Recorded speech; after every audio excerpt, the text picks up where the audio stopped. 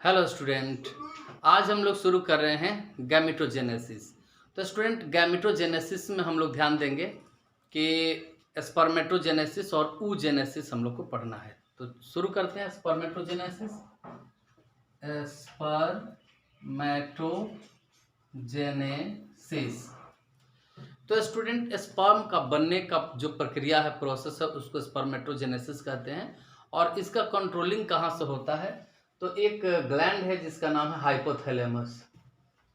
Hypothalamus. Student, ये gland hypothalamus जो है, इससे एक हार्मोन निकलता है जिसका नाम है GnRH। ठीक है, गोनेडोट्रोपिन रिलीजिंग हार्मोन। ये दो तरह का हो गया। एक हो गया इंटरस्टिशियल सेल स्टिमुलेटिंग हार्मोन और दूसरा हो गया FSH, फॉलिकल स्टिमुलेटिंग हार्मोन। ठीक है स्टूडेंट, तो GnRH जो है, दोनों GnRH है, यानी इसको ICSH-RH कहेंगे स्टूडेंट, RH। ठीक है, और FSH-RH, ठीक है, ऐसे कहेंगे FSH-RH, यहाँ हाइफन दे देते हैं। ये दोनों हाइपोथैलेमस से निकलता है।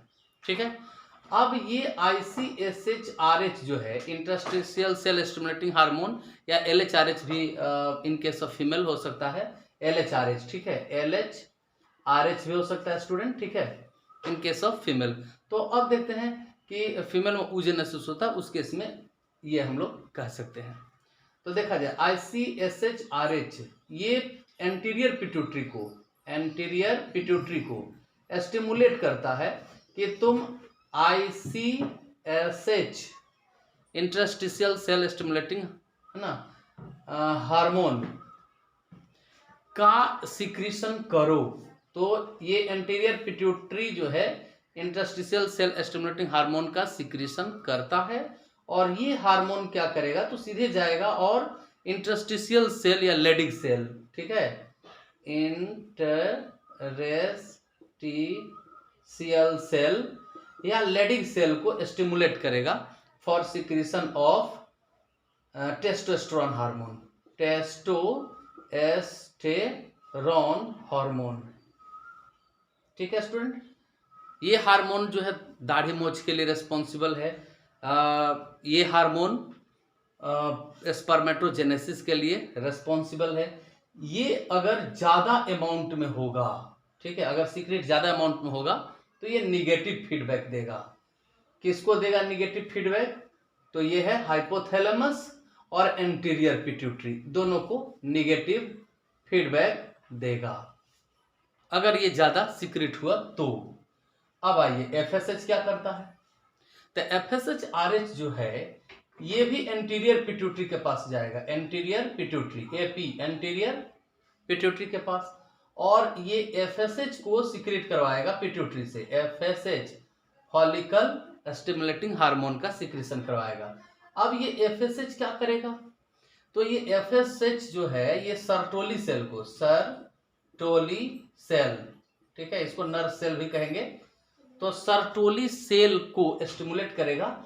नाउ ये जो सर्टोली सेल है, this one secrete two hormone, दो तरह का, एक एंड्रोजन बाइंडिंग प्रोटीन का सिक्रीशन करेगा, ठीक है, एंड्रोजन बाइंडिंग प्रोटीन ABP, ठीक है, और दूसरा इससे सिक्रीशन जो होगा वो इनहिबिन होगा, इनहिबिन।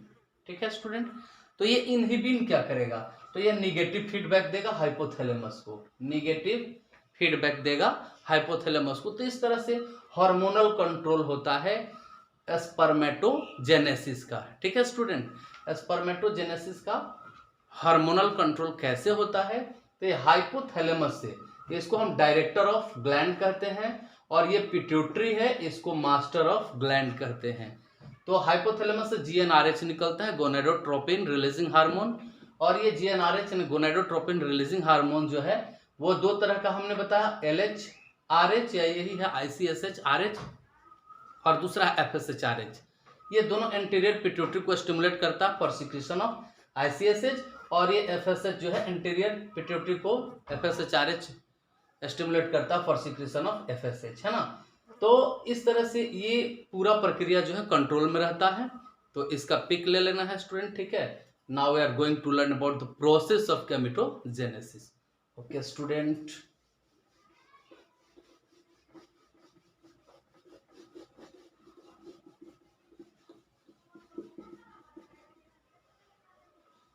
चलिए अब गैमेटोजेनेसिस में क्या क्या होता है, कहां पर होता है ये प्रोसेस। तो गैमेटोजेनेसिस का प्रोसेस जो है वो होता है, देखिए ये है सर्टोली, ये सेमिनिफेरस ट्यूब्यूल्स है, ठीक है स्टूडेंट, सेमिनिफेरस ट्यूब्यूल्स। इसके अंदर देखिए ये लाइन होता रहता है, किसके द्वारा लाइन रहता है ये, तो जर्मिनल एपिथेलियल से, ठीक है। और इसके चारों तरफ जो सेल होता है इसी को कहते हैं interstitial cell, interstitial cell, clear है। तो ये इंटरस्टिशियल सेल है जिसको लेडिक सेल कहते हैं, इसी से निकलता है टेस्टोस्टेरोन हार्मोन, ठीक है। और ये टेस्टोस्टेरोन हार्मोन को यहाँ पर देखिए, ये सर्टोली सेल है और सर्टोली सेल से क्या बताया था, निकलता है ABP, ABP androgen binding protein. तो ये प्रोटीन जो है टेस्टोस्टेरोन को पकड़ करके ले आता है अंदर, ठीक है। और यहाँ पर टेस्टोस्टेरोन के द्वारा ये जो प्रक्रिया है, क्या प्रक्रिया भाई, तो स्पर्मेटोजेनेसिस, स्पर्मेटोजेनेसिस का प्रक्रिया जो है पूरा होता है। तो चलिए देखते हैं कैसे होता है ये। तो जर्मिनल एपिथेलियल जो है, क्यूबाइडल एपिथेलियल, इससे ना स्टूडेंट ये देखिए इस तरह का होता है, क्यूब शेप का सेल है ना, जर्मिनल एपिथेलियल। तो चलिए ये क्यूबाइडल एपिथेलियल जो है जर्मिनल, ये बनाता है स्पर्मेटोगोनिया, जिसका प्लॉइडी जो है डिप्लॉइड होता है, 2n होता है। तो ये स्पर्मेटोगोनिया है स्टूडेंट, ठीक है, इसका प्लॉइडी 2n होता है, स्पर्मेटोगोनिया। चलिए ये स्पर्मेटोगोनिया के साथ क्या होता है, तो चलिए इस स्पर्मेटोगोनिया को हम देखिए दो भाग में बांटते हैं, माइटोटिकली डिवाइड होता है। और ये देखिए माइटोटिकली डिवाइड होगा तो प्लॉइडी वही रहेगा जो मदर सेल का है। तो इस तरह से लार्ज नंबर ऑफ स्पर्मेटोगोनिया बन जाएगा, 2n, ठीक है, लार्ज नंबर ऑफ स्पर्मेटोगोनिया बन जाएगा। इसको कहते हैं phase of multiplication, phase of multiplication. तो फेज ऑफ मल्टीप्लिकेशन में नंबर ऑफ स्पर्मेटोगोनिया बढ़ेगा। इसके बाद ये सभी, ठीक है, तो हम एक को लेकर चलते हैं, थोड़ा आकार में बड़ा हो जाता है। अब इसको कहेंगे प्राइमरी स्पर्मेटोसाइट, ठीक है स्टूडेंट, इसको कहेंगे प्राइमरी स्पर्मेटोसाइट, इसको कहेंगे प्राइमरी स्पर्मेटोसाइट। ये आकार में थोड़ा बड़ा हो गया। तो इस फेज को कहेंगे स्पर्मेटोसाइटोजेनेसिस। तो यहां पर लिखते हैं स्पर्मेटोसाइटोजेनेसिस, जेनेसिस, ठीक है स्टूडेंट, स्पर्मेटोसाइटोजेनेसिस कहेंगे। तो चलिए स्पर्मेटोसाइटोजेनेसिस हो गया, यानी स्पर्मेटोसाइट हमारा तैयार हो गया। अब आगे क्या बनेगा देखते हैं। तो प्राइमरी स्पर्मेटोसाइट और स्पर्मेटोसाइट या जर्मिनल एपिथेलियल का प्लॉइडी क्या होता है, ये क्वेश्चन में भी पूछ सकता है। तो डिप्लॉइड होता है। तो यहां तक हम देख लिए स्पर्मेटोसाइटोजेनेसिस तक, और प्राइमरी स्पर्मेटोसाइट हम लोग बना लिए। अब आगे बढ़ते हैं।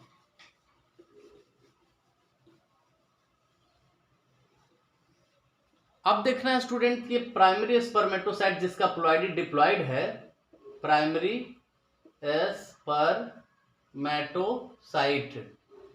इसमें मियोसिस फर्स्ट होता है, meiosis first, complete meiosis first होता है। तो ये दो सेल बनता है हैप्लॉइड, क्योंकि 11th में पढ़े होंगे कि मियोसिस फर्स्ट में, मियोसिस फर्स्ट रिडक्शनल है, कंप्लीट रिडक्शन है, इसमें नंबर ऑफ क्रोमोसोम रिड्यूस हो जाता है, मदर सेल का हाफ हो जाता है। तो 2n है तो यहाँ n हो गया मियोसिस पर। अब इसको कहेंगे सेकेंडरी स्पर्मेटोसाइट, स्पर्मेटोसाइट।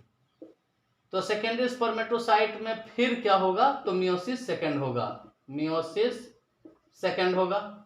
अब यहाँ पर ये जो है हैप्लॉइड ही रहेगा, क्योंकि मियोसिस सेकंड में क्या होता है, मियोसिस सेकंड में पढ़े होंगे जब मियोसिस पढ़ाया गया होगा, ठीक है, कि ये मियोसिस सेकंड में क्रोमोसोम का बंटवारा होता है, सेंट्रोमियर का स्प्लिटिंग होता है, और जो सिस्टर क्रोमेटिड है वो सेपरेट होता है। तो नंबर ऑफ क्रोमोसोम बढ़ेगा, तो मान लीजिए कि यहाँ पर 2n है तो डबल n होगा, डबल n का बंटवारा होगा तो फिर क्या होगा, nn हो जाएगा।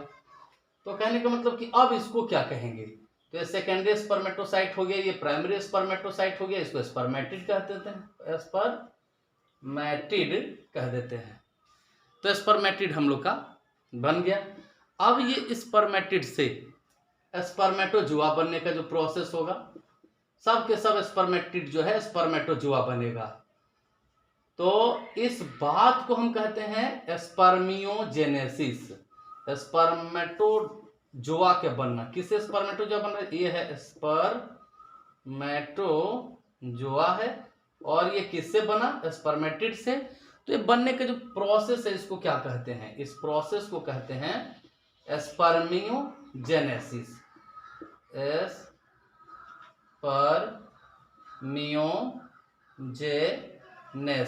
स्पर्मियोजेनेसिस कहते हैं। अब ये स्पर्मेटोजुआ जो बना सर्टोली सेल से चिपका हुआ होता है, वहां से रिलीज होगा, तो रिलीज होने का जो प्रोसेस है उसको क्या कहेंगे, तो उसको कहेंगे स्पर्मिएशन। तो 3 तरह के जो है टॉपिक हम लोग को मिला, एक स्पर्मेटोजेनेसिस, दूसरा मिला हम लोग को स्पर्मियोजेनेसिस, और तीसरा है स्पर्मिएशन। तो स्पर्मिएशन क्या है, रिलीज ऑफ स्पर्म, स्पर्म को रिलीज करना। तो स्टूडेंट ये रहा मेल गैमेट का फॉर्मेशन और उसका कंट्रोल। तो नेक्स्ट वीडियो में हम लोग देखेंगे oogenesis and their control. Good bye student.